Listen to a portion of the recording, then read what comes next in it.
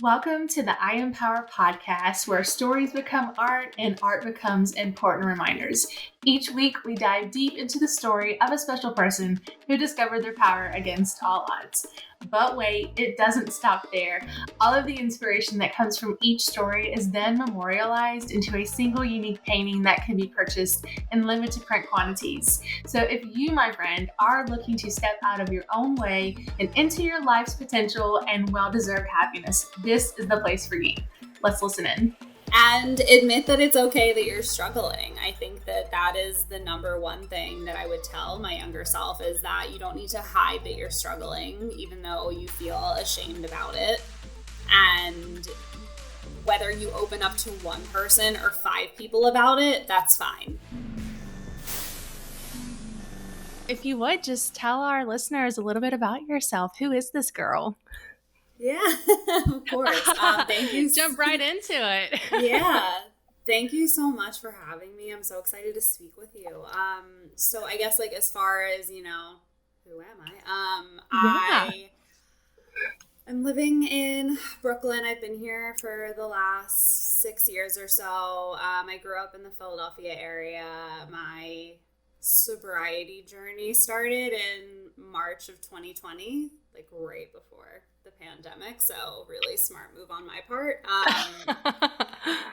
And luckily, the way that it worked out was that I was able to stay sober, mainly like exactly how you found me in the Instagram community. It was mainly through those connections that I was able to make and those friends I was able to find that kept me accountable throughout the entire thing. But it's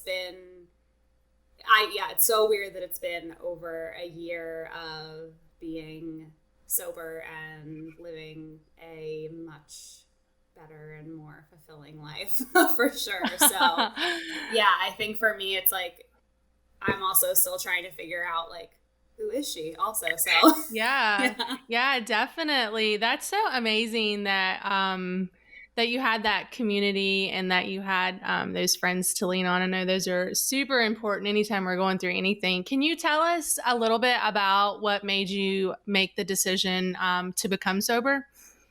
Yeah, I think that for me, I was growing extremely tired of really who I was while I was drinking, and then who it was making me in the days after I was drinking. So I am someone that I can't like social drink or moderate. I don't have one drink. I have, 10. And it goes from there. And I think that recognizing that there was no moderation button for me, and what would just keep happening was I was either like blacking out or being confused about where I was, or saying something stupid, or forgetting my stuff somewhere, locking myself out of my apartment, just putting myself in these really just kind of unsafe scenarios, honestly, because like my faculties were just not existent. Yeah. So that was definitely part of it, was like the realization that, okay, you are pretty much letting every like functional part of you take a rest, and allowing this other, like personality and being to, like be a part of your evening was a big reason. And as I said, like the days after were also almost like an even bigger push for me, because the impact that I felt on my mental health after drinking was, as the years continued, was so much more intense. So I've always dealt with like anxiety and depression, and I didn't realize how bad drinking was kind of like amplifying that. So, Right. I already have anxiety. So then it's like, why don't we just give me more? So Yeah. that was getting really hard to live with. And also I was doing it to myself. So having to realize it's like, oh yeah, this sucks. I'm doing this, I feel so anxious. I feel more depressed than I normally do. And then, like, the harsh reality of that is, well, you're the one that could stop drinking. So, yeah, it was I think a combination of being just really unhappy with myself and my actions, and also taking ownership over, you know, this really was my choice to make, and what am I going to do? And the decision was to stop drinking, and that was how it started. That's so powerful that you like realize that you were the key to changing your future and the way that you felt. So I don't know a lot about I'm trying to think of like, would you consider yourself like, was it an addiction for you? Was alcohol an addiction for you? I'm learning about this, and I'm trying to understand for myself, so that, when I'm around people that are sober, in the event that we're out somewhere, so that you don't be a trigger for them, as well as be disrespectful, I guess is probably a good word to say. So I'm just learning with sobriety. So would you say that it was an addiction for you? Were you the type of person that, after work, or, even before work, that would partake in alcohol? Or was it more of like a social thing for you when you were out with friends, and then you just didn't kind of know your limit, or you didn't care about your limit and you just let it go? Like, can you explain that to me? Yeah, I think that it's definitely, I'm also still learning about Yeah. like my own addiction and addiction in general, because I think that when I started this, I wouldn't have been like, I was addicted to alcohol. I was very Right. like, no, I'm just not drinking anymore. Yeah. Because that's another like hard thing to admit. And I think for everybody, it's really different kind of how they define and feel addiction. For me personally, like, this is a good example, like what you said about, see, like, can you hang out with friends in a bar?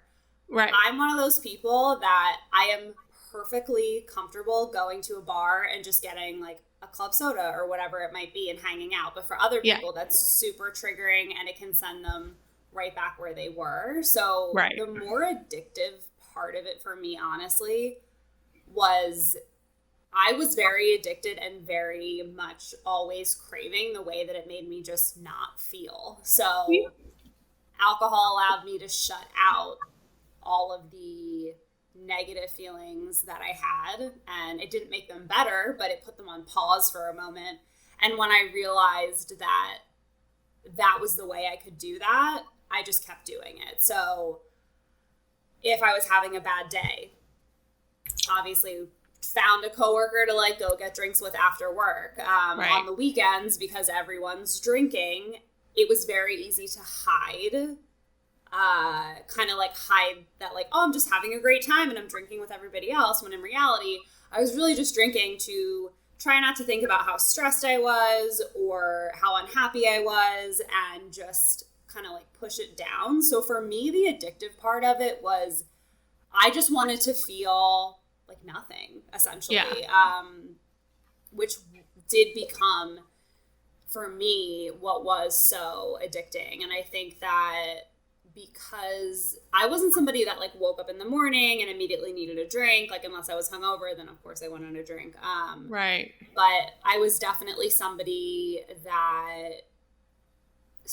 I started drinking when I was young, and it was always very woven into all social outings that like I witnessed even growing up, like before I was even drinking. So it started as, this social thing, and it blossomed into, oh, I can use this like social thing to mask what I'm really doing with it. And Right. yeah, it becomes a little bit of a slippery slope from there.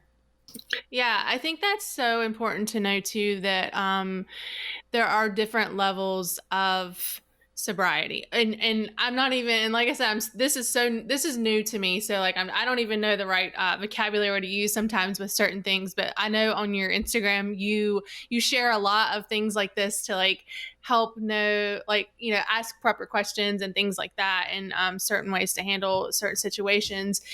So there are different levels of addiction to alcohol, whether it's the type a person that feels the need to drink all day long. And then there's, social situations where it just kind of gets out of hand. I know for like, it was interesting to me that you said that you talked about that you liked the way that it didn't make you feel.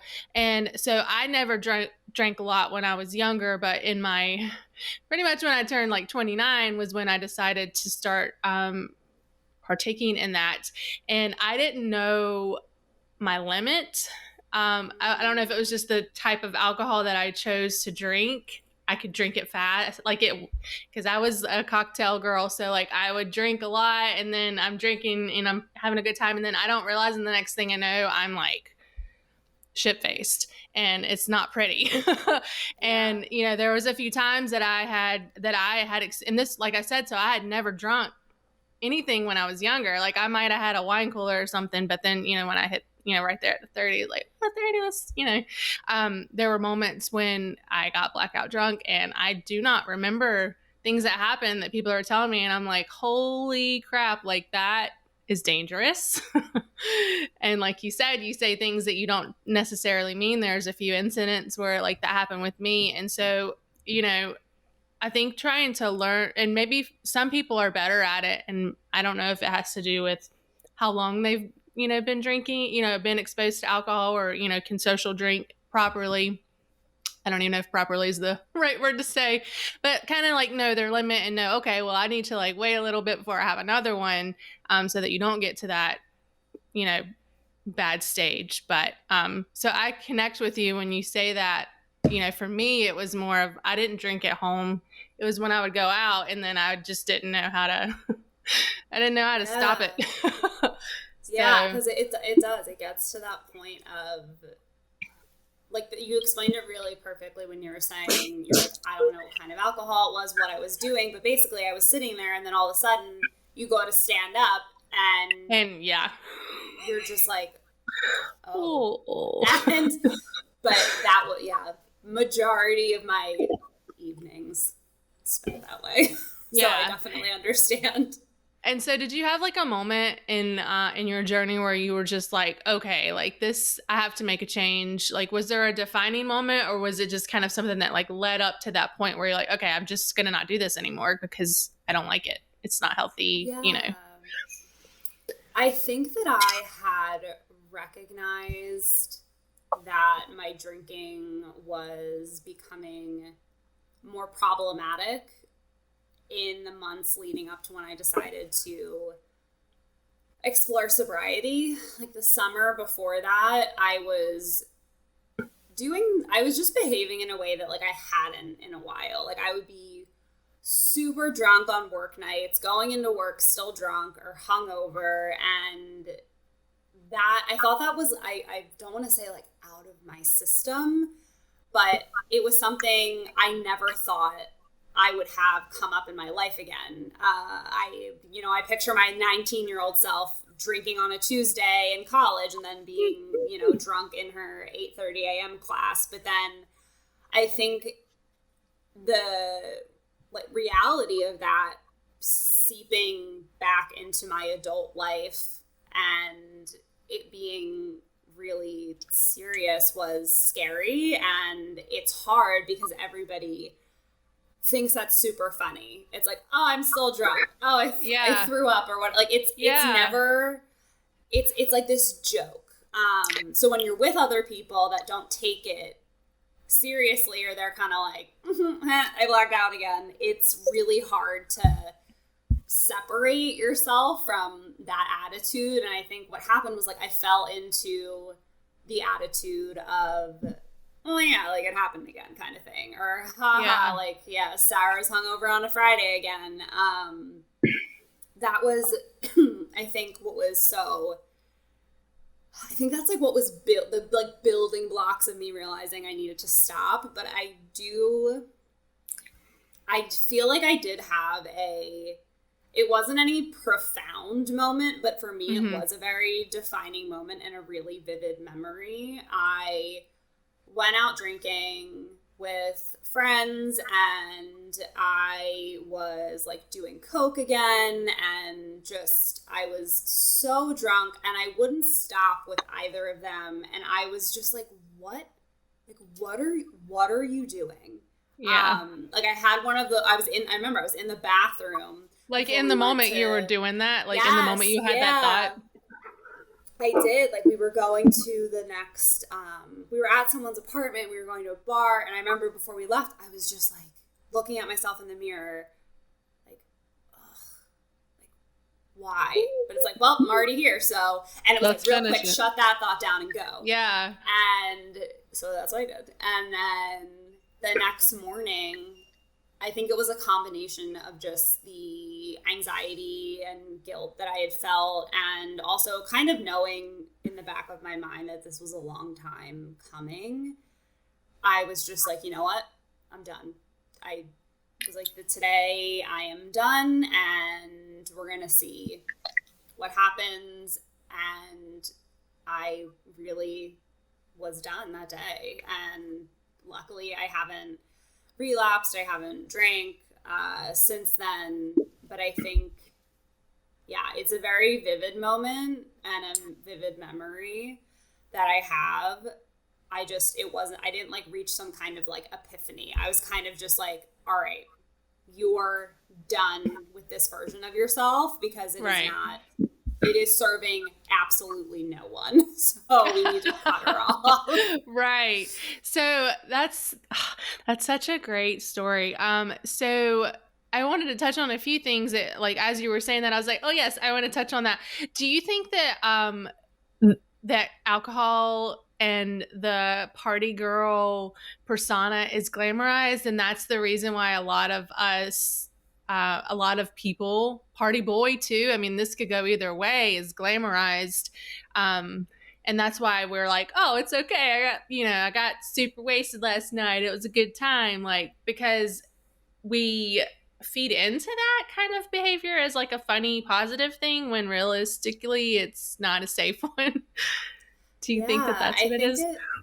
Yeah, I mean, it's definitely, I think it's glamorized for both men and women, and it is in different ways. I think for women, it's like this, you kind of see it as you're growing up, like on TV or in movies. It's people drinking like out of fancy glasses or having a martini or a Cosmo, and it's like, oh, they're so adult, they're so classy, and they have these really great jobs, but they're still able to, hang out with their friends and have a family and drink, and everyone loves them, and they have so much fun. And I think as a woman, that's what you see a lot, is it's glamorized in this way that it's like it almost like makes you more attractive in a way if you're able to drink, and you're also more fun. And then I think, like you see that over and over again. And then for men, the way that they see it growing up, and I think it translates a lot, especially, I mean, I don't know if it's because I went to a state school or what, but they see the way that like men are always drinking on TV, or like they're just doing something stupid. They're like in a bar, just like pounding beers, and then like having a all good their time. buddies. Yeah. Yes, like they do something like crazy and whatever, and then it's like you see that play out in real life, and I do wonder, like, does it play out that way for men because of how it's, presented for them? Like, I feel like for men, it's always been this like, haha, good time, we're gonna do something really stupid and it's gonna be super funny. And for women, it's this like level of sophistication that you can't reach until you're able to drink. And the whole like party girl persona is, everyone loves the party girl in like your life. Like when you're growing up, it's like you're jealous of those. When you're in high school, it's like the popular kids are the ones that are, like having the house parties and doing whatever. You get to college, that's the same people you're seeing. And as you're growing up, it depends on how you grew up, but you see certain people are looked at as being more fun and more laid back because of their drinking habits. And I think it's glamorized in different ways.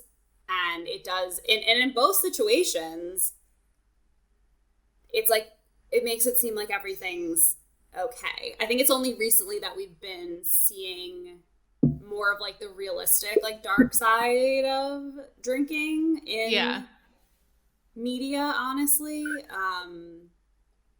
Yeah, because like I think it's always kind of been there for like narcotics and drugs in terms of like how I think they don't touch on it properly in movies all the time, but it's like that's the only time you ever see a lot of like real, struggle and these horrible, after effects. But for reality drinking, TV, but for drinking, it's always just super fun. Everything's great, and that obviously, the big hand in that is that alcohol is legal. So it's the only one that's legal. Yeah, I know I have that conversation a lot with people about the legalization of certain air quotes drugs as opposed to things like alcohol. I know I had that conversation with my mom the other day. We were talking about because I'm in North Carolina and they're working on legalizing marijuana and cannabis.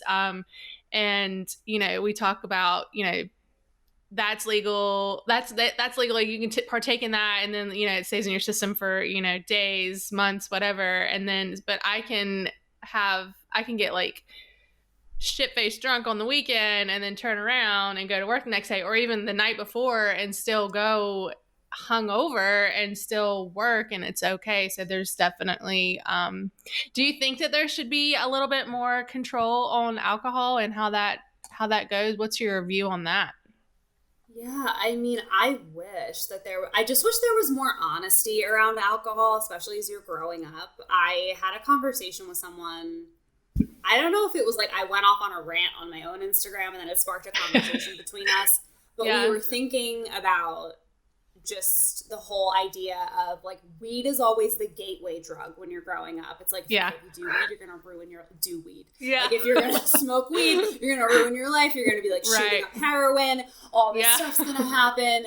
But in reality, no. Like weed is not the gateway to like anything other than like less anxiety for me personally.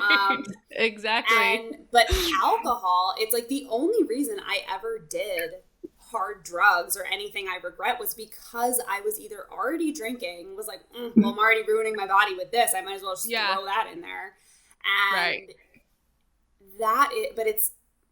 they don't talk about that when you're growing up because it's like, it's legal. And also the people teaching you about the whole, hey, don't smoke weed thing. Yeah.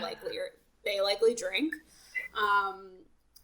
And yeah, you don't really, the only consequence you learn about drinking when you're younger is really, and it's a good thing that you learn it, is really the consequence of drinking and driving. And it's horrifying. And but that is really the only negative thing that is highlighted. It's like, that's almost like the only possible way alcohol could ruin your life is if you get in a drunk driving accident or you're hit by a drunk driver. We don't touch on anything else. And I wish that it was something that was more controlled or there was just more education around it, I think is what would be important, honestly, is just that people were more informed about it from their earlier years because you don't know anything. Like I'm finding things out now that I had no idea about. And I'm only finding them out now because I have like immersed myself in the sober community and have learned so much. But I never in a million years had I like heard of half of the things that I've learned in just even like the last like 7 months alone. Right. So that just goes to show like that there needs to be more education about it, I think, as we're younger. And then, because like you said, the only thing that I can remember from high school is don't drink and drive on prom night. Like, don't drink and drive. Yes. Not the don't drink, it could lead to other things. It's the don't drink and drive type thing. But then, of course, you had the DARE program when I was in elementary school and all that. So, yeah, good times. But, yeah, that's That's true. Like I haven't really thought about that, but like it makes sense. And then you start, like you said, once you're in that community, you start to like connect the dots, and you're like, oh my gosh, like nobody said anything. And then you start thinking about the fact that, like, you know, as we were talking about this, I'm like, all these movies are like running through my head, and I'm like, oh my gosh, like yeah, these every movie like makes it like it's a good time. And you know, it could be, I guess, is a Oh good way yeah. to say, like, if you know your limits and you're able to control that. But you know, being like super wasted is usually a bad day. And then, like, of course, even they glamorize the hangovers, and like hangovers are not, they're not fun, at least Right. for me as There's a I've gotten whole like, older. yeah, they're not fun, and also like there's a whole like there's literally a like franchise of movies that glamorizes hangovers. Like that is what's so ridiculous. Yeah. Um, but again, that's like with a bunch of dudes, and it's super funny. So Yeah, that's it's kind of cool. yeah, Yeah, and that's wild. yeah, and then I feel like with women in the movies when they're hungover, it's like big sunglasses, get me a Bloody Mary, don't talk to me, kind of thing. Yeah. And it's so weird. It really is. So so you started your Instagram, the one that you have now, that's new since you've started your journey, correct? Yeah, so I started it. Okay, so I started it 4 months after I had gotten sober. I was on my like personal account, I guess, before I made that one. Yeah. I had started slowly following people in the sober community, but I was like, I can't make a separate thing for sobriety. So I waited. Yeah, I think it was 4 months because it was July-ish of 2020. That's awesome. And so coming forward for you, and you know, utilize that social media. We talk about like the good parts of social media on here a lot. A lot of my guests have got therapy basically from talking about their stories and connecting with other people that can relate to it and having that support. So how has that been for you, stepping out into the world wide web and like telling your story, and you know, how is that for you?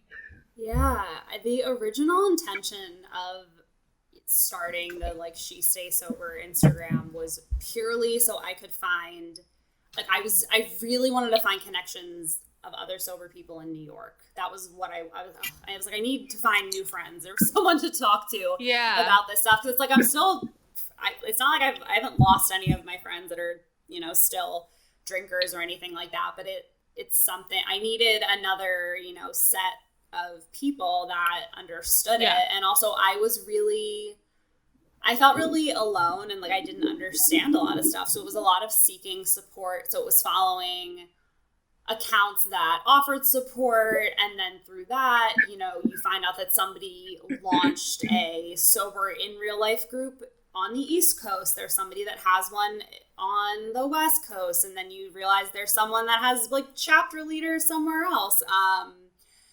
And I think realizing all of that was just amazing, first of all, because I think when I had started this whole journey, I was like, I don't know how I'm ever going to find a network for people to speak to about this. I had gone to like a couple of AA meetings, and it wasn't working for me. So that was another reason that I was like, let me just go to Instagram and see what's up. And yeah, I am still like every day I am still like astonished at the friendships that I've made through Instagram and the advice that I've gotten. And it's from people in all walks of addiction, all ages, genders. I have, you know, it's like AA didn't work for me, but one of the people that I am closest to swears by AA, does it to the T, and never pressures me ever in terms of, you know, going back, joining, following those things. And that gave me such a hope that, you know, there isn't one way to do sobriety. So it's like I've now met all of these people that manage their sobriety in all different ways, and they're all accepting of each other. And it also helped a lot with mental health resources for me, which was something I actually wasn't expecting.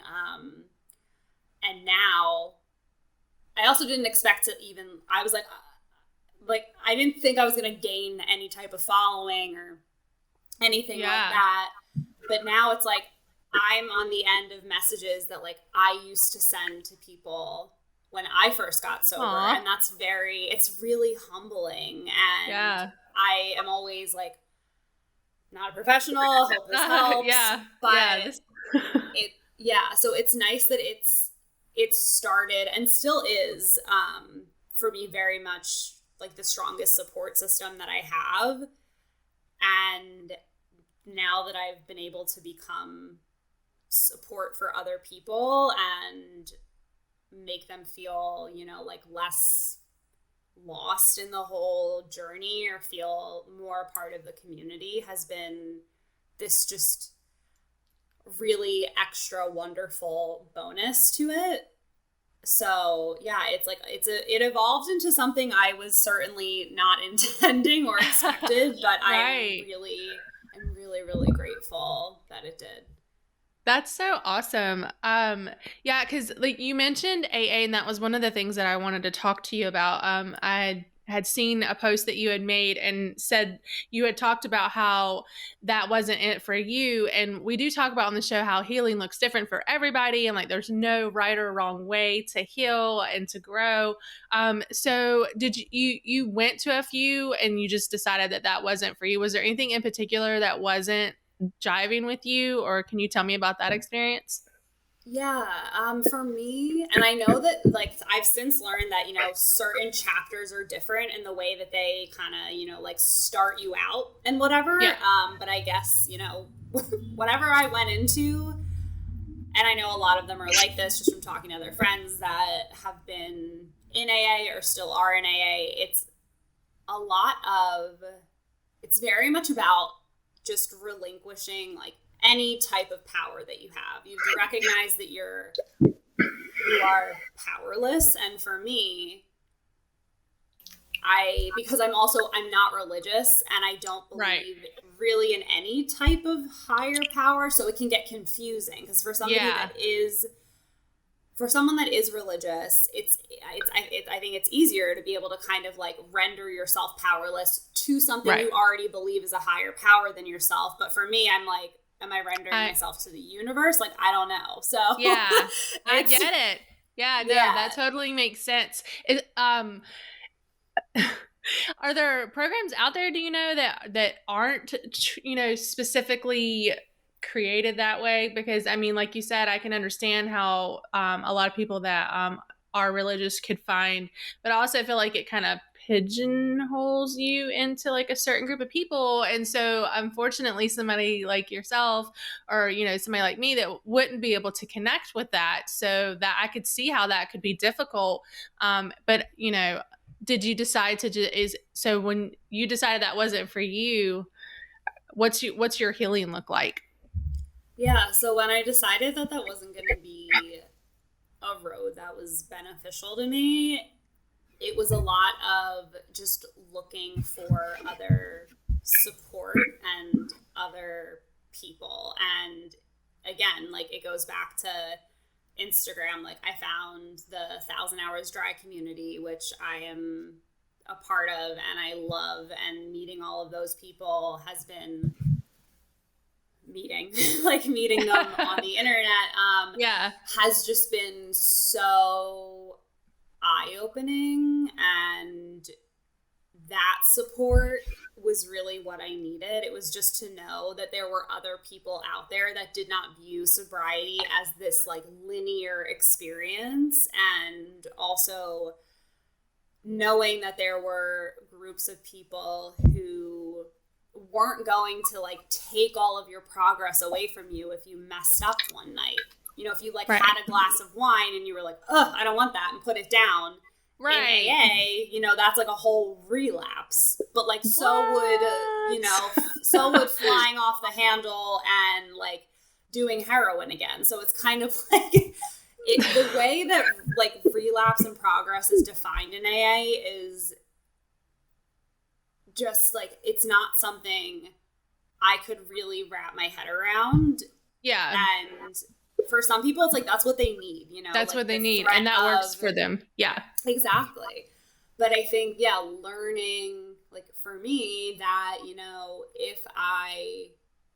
if I or someone that I'm supportive of, had a glass of wine and expressed that they were like, you know what?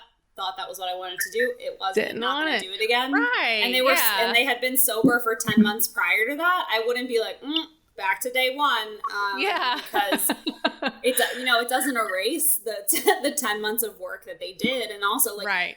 Part of their sobriety journey, like, was that night when they had that glass of wine, because it probably solidified their choice for them. It like, reaffirmed that, yeah, this is what I want to be doing. And to have that be, a blemish on your experience with sobriety is something that is like hard for me to get behind. And I think by meeting people that don't use the like traditional methods of AA, I'm realizing, and I have realized, that a lot of people feel that way, which is great, because there's a whole community of people that don't feel like anyone's sobriety journey needs to look a certain way. That's awesome. Yeah, that's like, I don't want to like throw shade on AA, because like you said, I'm sure it has helped so many people. But I mean, when you talk about that, like, I'm just thinking of myself, who doesn't, I had quit smoking cigarettes, but there are times when I'm like, someone's smoking one, I'm like, oh, let me get a puff off of that and see. And then you do that and you're like, oh yeah, nope, it's definitely not what I want.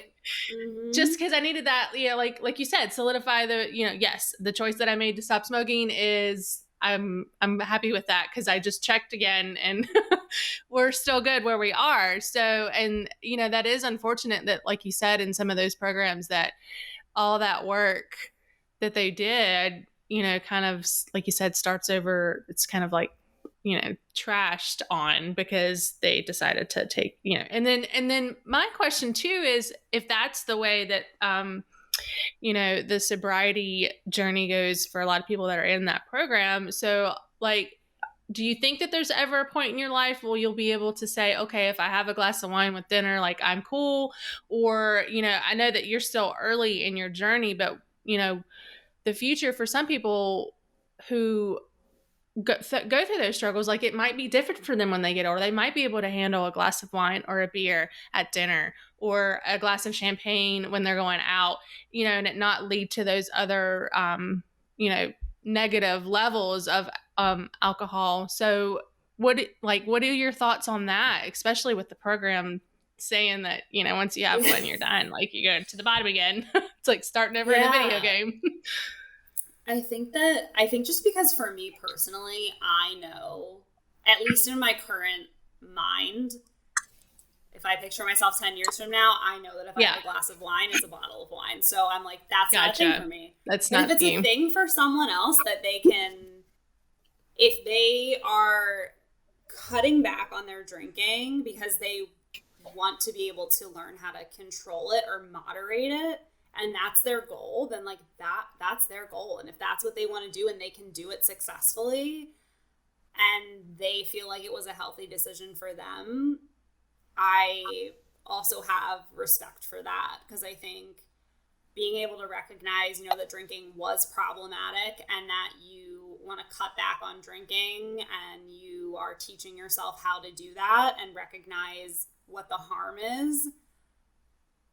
Being aware of all of that and admitting that it can go completely downhill is like, you have self-awareness. I think as long as you're, aware enough to know what a glass of wine could do to you, for me, it's going to end my night. For somebody else, it could just be a glass of wine with dinner. That's it. And it's definitely different for everybody, but honestly, I respect anyone that even is just working on cutting back on their drinking, because it's hard. it is not an easy thing to do. And I think that people that do really struggle to cut back on drinking, they also, I think that you feel left out, because it's like, oh, well, you're not sober and you're still drinking, but you're not like trash. So it's like, where does that leave you? You know? So I would be curious to know how somebody that does feel that way or does do that kind of feels about everything. Right. But yeah, I think that it's like, as long as you're informed about how it works for you, that's all that really matters. Because for me, it's like, if someone's drinking, I'm like, it's fine. Like, if that's completely their choice. I think if I see something that is like more problematic, or someone starts expressing to me similar feelings that I had, I would have a different conversation with them, but not in a way of, accusing or whatever. Just more like exploring, like, oh, well, like, these could be some options if you want, or I could like help you stay accountable, whatever it might be. But I would never want to like push it down anybody. Yeah. That's awesome. I think that's that's so important to like know how to approach somebody, and now, because of your experience and your journey, you're able to kind of like gauge and recognize if you think somebody is in a place where they might need to talk about it. But yeah, that's amazing. Like, so I seen one of your posts too. I know I keep talking about your Instagram, but like, it's so great. She has such a great Instagram. I'm going to link that below for you guys to check her out, but like, so empowering. You are how many days sober now? I think today is like 505. Yay! Maybe. Yeah. So I just passed 500, so I'm super excited. That is that's so awesome. Like, you're so incredibly inspiring, and I can't thank you enough for being on. But I do have a few questions that I like to ask all of my guests that I want to ask you here, if you don't mind answering a few of those. So my first question is, if you could remember, how would you describe your ambitions as a child, and how you saw yourself and what you were capable of as a person? Yeah, I think as a child, I saw myself as extremely capable. I was like, I'm going to have a super bright future, because I was, like that. I was very much a perfectionist. So like, part of the problem. I think I saw, like everything working out, even if I didn't have a clear idea of what that was. Because like, I always had different ideas of like what I wanted to be. It was like, I want to be a teacher. No, I'm going to be an Olympic swimmer. No, I'm going to do this. But it was always something like lofty and something that would be, helpful to others. And I just always saw myself in a position that was something, I guess, like in my child mind, I wouldn't have said like well respected, but I guess something like some kind of like well-known type of profession. And like seeing myself like moving to New York City, and like I did do that, which is great, but like it's like that was one of the things that was like a goal of mine, was that's so awesome. Like, oh, I want to move to the city. And yeah, I mean, that's definitely like changed obviously as I've gotten older, but yeah, as a child, that was definitely what I wanted. Just having like very like, big dreams, strong dreams. Yeah, I love that. I love that. What has been your stickiest struggle that has stuck with you on your journey? My stickiest struggle, I would say that, so my relationship with my PTSD and my experience with PTSD in general has been the stickiest part of, I think, my journey just throughout like later adulthood, and also my journey with sobriety. I was diagnosed with PTSD, I think, a little too late. So there was a really long stretch of time where I had absolutely no idea why certain things were going on, and the cure for that was drinking. So that was what I think led me to fall back so hard on alcohol, was being so confused at what was going on in my own head and with my own responses and behaviors. And so that I would say is like the negative stickiness of it. But now having a clear mind, especially throughout sobriety, and actually having time and resources and money to explore in therapy and different types of therapy the, effects of what happens when you live through a trauma and what PTSD is and what types of responses you have, I've been able to educate myself and also other people that are feeling similarly on how to kind of like make it a little less sticky, or like if it is something sticky, like make it sticky for a good reason. And that's what pops into my mind first, definitely, is just my relationship with that like piece of my like mental illness and also just my journey overall, because it's affected just so many things in my life. Yeah. Like it seems to like have a branch connected to everything. Right. That's incredible. That you recognize that that it is okay to not be okay sometimes, and you're navigating through that healing process in a healthy way. And like, I just want to give you high fives for that one. That's fantastic. We like to talk about stepping into our own power and not thinking of that as a bad thing. I know a lot of times when we think of powerful people, or, it always has kind of like a negative persona to it. And I don't believe that that's necessarily the thing. And I know that that was one of the things that you talked about when you said why that certain program didn't work for you, is because it was relinquishing that power. And like, I just wanted to like give you a hug when you said that, like you recognize your own power and you don't want to give that away. So like, that like power is a good thing. How do you think of, or how would you describe the power that you have to step into every day? Yeah, I now look at it as something I have earned and I'm worthy of. I used to look at it really negatively, and I think it's because of the way power has been just like presented to me my whole life. I think especially like as a woman, it's really difficult.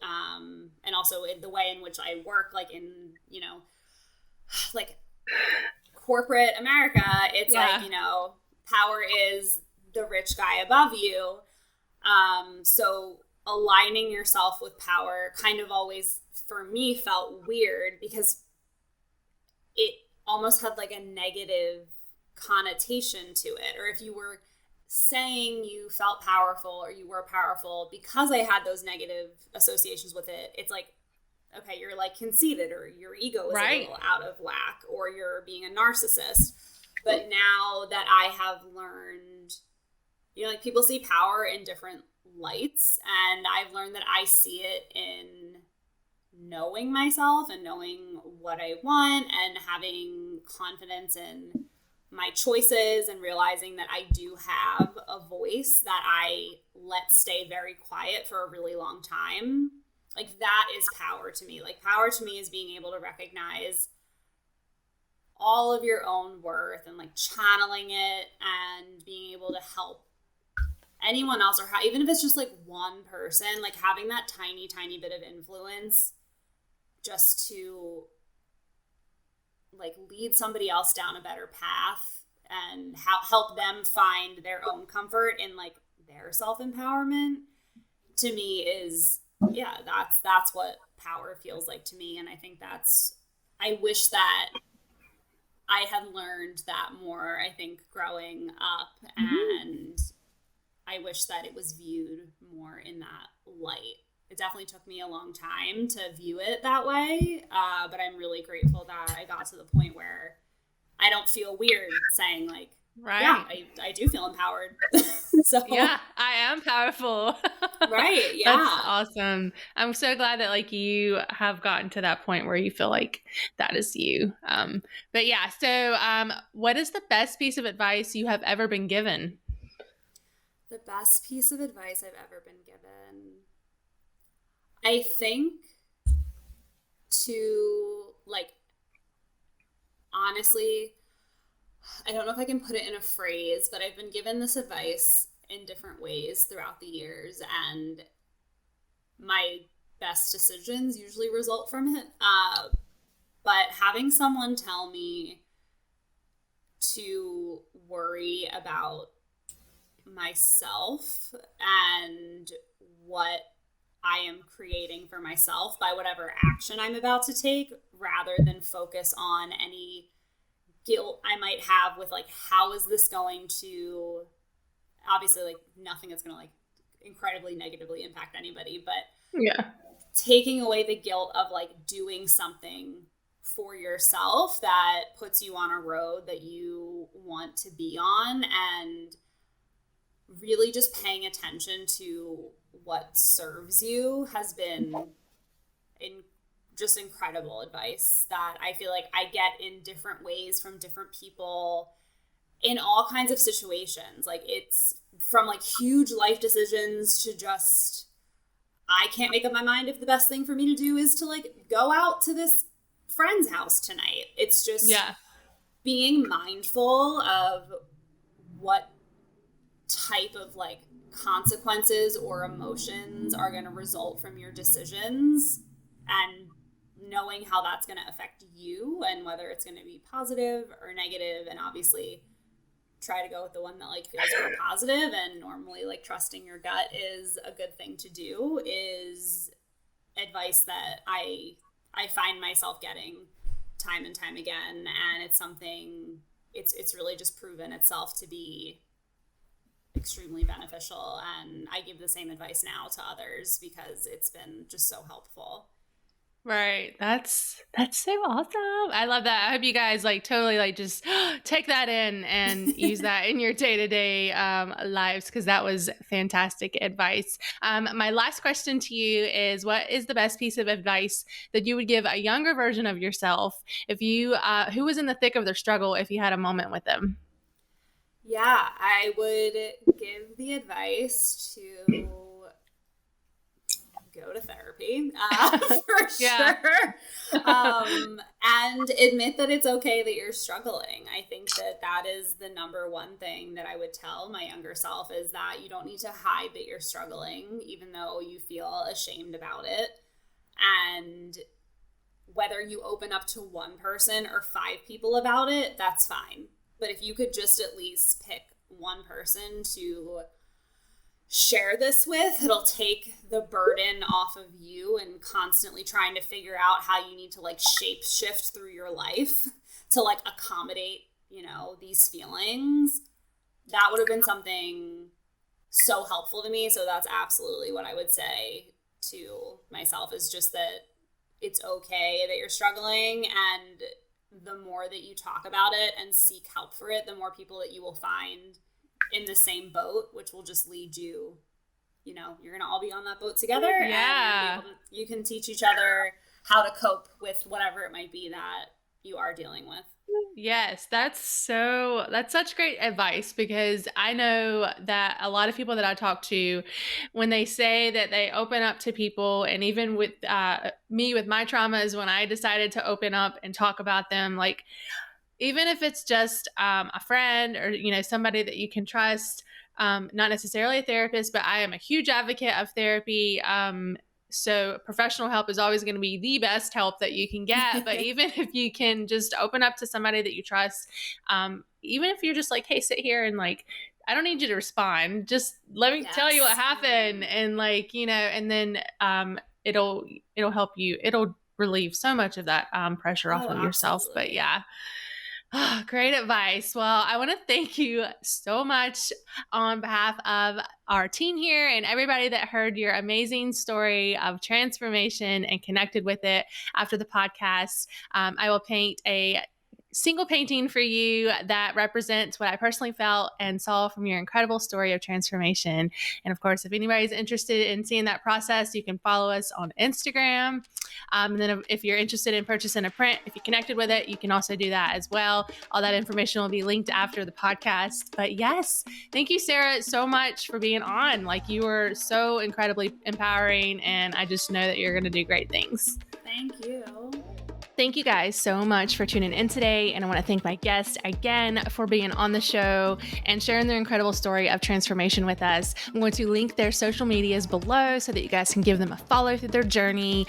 If you personally felt connected to the story and you would like to purchase one of the limited edition prints that goes along with it, you can do so at my website, jessicajames.com. That's JESCAJAYMES.com. And don't forget to follow us on Instagram at I Am Power Club. And of course, like and subscribe to this channel so that you don't miss next week's episode of I Am Power. See you then.